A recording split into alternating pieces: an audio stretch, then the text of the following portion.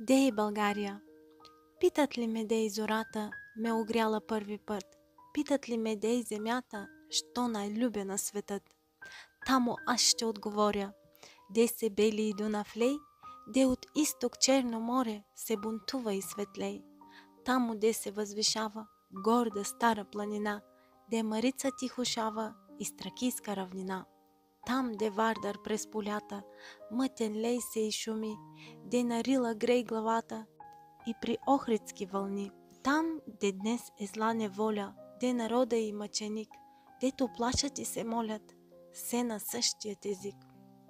Там роден съм, там деди ми днес почиват под земя, там гърмяло тяхно име в мир и в бранните поля. До чукарите карпатски е стигнала тяхна власт и стените цари градски треперели са тогас. Вижте Търново, Преслава, тия жални са сипни, на преминалата слава паметници са они.